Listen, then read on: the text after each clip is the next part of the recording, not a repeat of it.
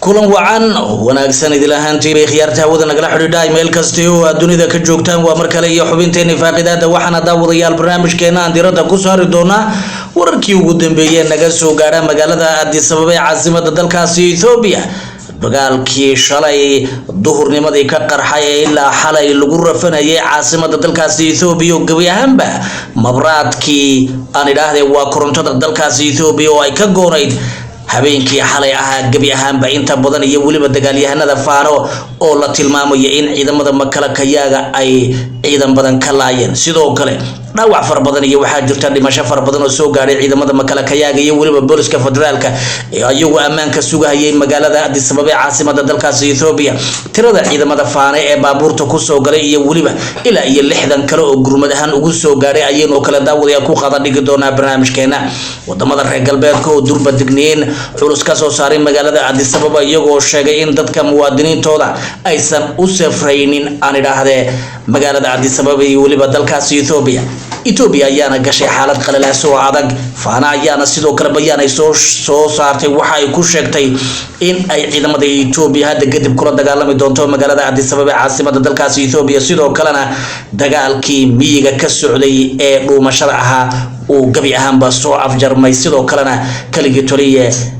ninka lagu magacaabo Abiy Ahmed ay meesha ka tuuri doonaan waa siday hadalka u dhigeen hadaba xogii ugu dambeeyay ayaa daawadayaal ku qada dhigi doonta iyo waliba xaaladii ugu dambeeyay booliska federaalka ee dalkaasi Ethiopia iyo waliba ciidamada makalakayaaga fayeen u hadlay waxa uu sheegay laftigeeda waan ku qada dhigi doonaa dhanka kale dawladda Soomaaliya ayaa beenisay war ay qortay Reuters oo ahayd in urur goboleedka IGAD aan idhaahday wadamada aan lahayn badda in looga faa'iideeyo badda taasi oo loola jeedo in Soomaaliya ay ka faa'iideysato badeeda dalkaasi Ethiopia waa sida ay Reuters qortay hadaba Soomaaliya ayaa beenisay laakiin xog dhab ayaanu idin kula wadaagi doonaa sidoo xaalku yahay iyo waliba barnaamijka lagu soo qaaday magaalada Nairobi ee caasimadda dalkaasi Kenya barnaamijka waxay la faaqidi doonaa ilana daran doorin doona saaxiibkay Dr. Shido asagoo inta badan indhaha ku hayay magaalada Addis Ababa iyo waliba isbedeladii dagaaladii ugu dambeeyay ka dhacay iyo waliba xaaladda meesha ugu dambeysay maanta meesha uu marayo ayaa daawadayaal sidoo kale ku maqli doontaan haduu Rabbi idmo barnaamijka sii share garay saaxiibadiina la wadaagayaan ilaa si aad ula socotaan xaaladda qasan ee magaalada Addis Ababa iyo gabi ahaanba dalkaasi Ethiopia soo dhawow Dr. Shido waan dhawaay saaxiib magaalada Addis Ababa horta in badan baynu tabinay in faano dagaalada ka socda deegaanka Amxaarada ayna sidan si ahaan doonin mustaqbalka dhow oo de isbedel weyn ku iman doono sababtuna waxa weeye Ethiopia waxay doonaysaa in miyigaasi de walba inuu qolcila isku feedhaya miyigaasi dagaalka ka socda hadaad kumanaan ka disho hadaad 10 kun military Ethiopia disho waa isku mid Ethiopia وعلى meelaha ka soo ururiso ciidan ka dhigto ma waayso marka faano bardawtaan halka ka baahinay in istiraatiijiyada ay bedelayso dhaheen waxaan ku dagaalamaynaa magaalooyinka dhaxdooda kulli waan dhibanaynaa habkay wuxuu dhacay marka waa arin reer galbeedka iyo wadamada geeska Afrika dhamaanba ay la yaabayeen dagaalka ka dhacay magaalada Addis Ababa aad iyo aad baad u mahadsantahay Cornel Frogrow magaalada Addis Ababa ee caasimadda dalka Ethiopia dagaal xoogan ayaa ka dhacay bartamaheeda oo isku faransaareen dagaalyahano ciidanka faanaha iyo ciidanka dawladda Ethiopia oo saddex qaybood ah qayb police federaalka qayb military ah iyo qayb nabad sugidda ah ay isku faransaareen centralka ee magaalada Addis Ababa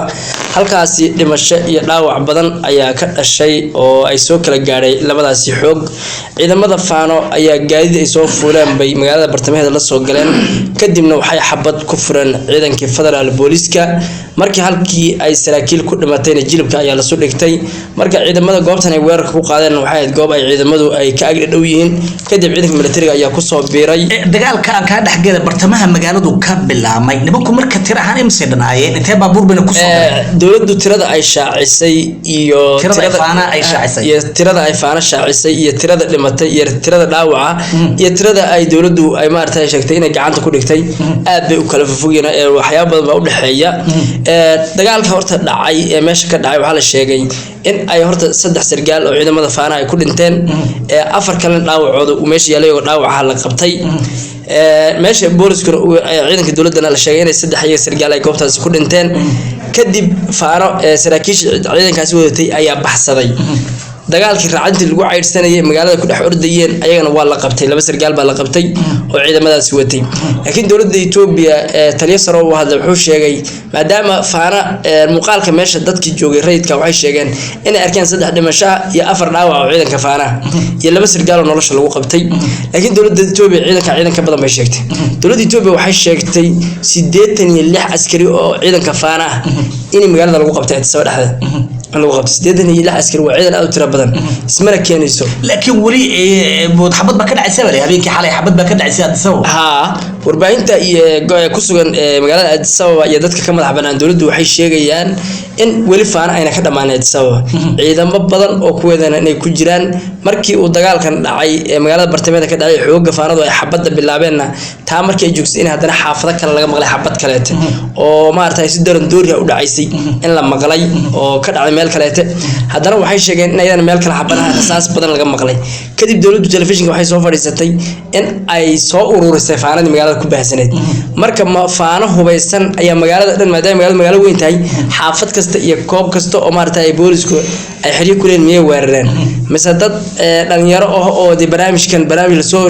la soo abaabulay waayo in ayaguna ay dagaalka ku soo biiraan miyay laakiin dowladdu waxay sheegtay askarta dadka faanada ay qabteen maanta ilaa xal ay qabanayeen inay 86 ay kor dhaafayeen dagaalyahan arintaasina wax badan baa ayaa la dhigi karaa inuu ka khaldan yahay soo 86 askari oo hubaysan suurta bashanta way ka badnaan lahayd dhaawacuna uu ka badnaan lahaa khasaaraha magaalada soo gaaray iyo maartay indhaha caalamkana inta way ka duwanaan lahayd marka faano waxay bedeshay qorshaheeda dagaal bay bedeshay faano horay wararkeena hore ku baahinay faano waxay sheegtay hadduu dagaalku ka socdo gobolka Axmaarada oo Addis Ababa uu soo gaarin dhulka hawdkan uu ka socdo ina indhaha caalamka xaaladda Itoobiya lagu soo jahin karin oo indhaha caalamka laga qarinayo marka waa in caasimada laga helaa dheer naftood horayaal ka dagaalama oo ma artay reer galbeedka cabsi geliya oo ma artay dawladda cabsi geliya oo safaaraduhu iyo diblomaasiyiintu iyo dadka waa in meesha ka kala cararaan meesha waa in meel colaad noqoto adduunka waa in loo sheegay Itoobiya inay colaad ahliya ka socoto Itoobiya waa in loo sheegay in la soo fargeliyo adduunka marka korneelku magaalada uu nabad ahaan buu arkay inuu meel looga dhaaqo ma rabo maalin kasta sidaas sheegtayba kuwa aan cidna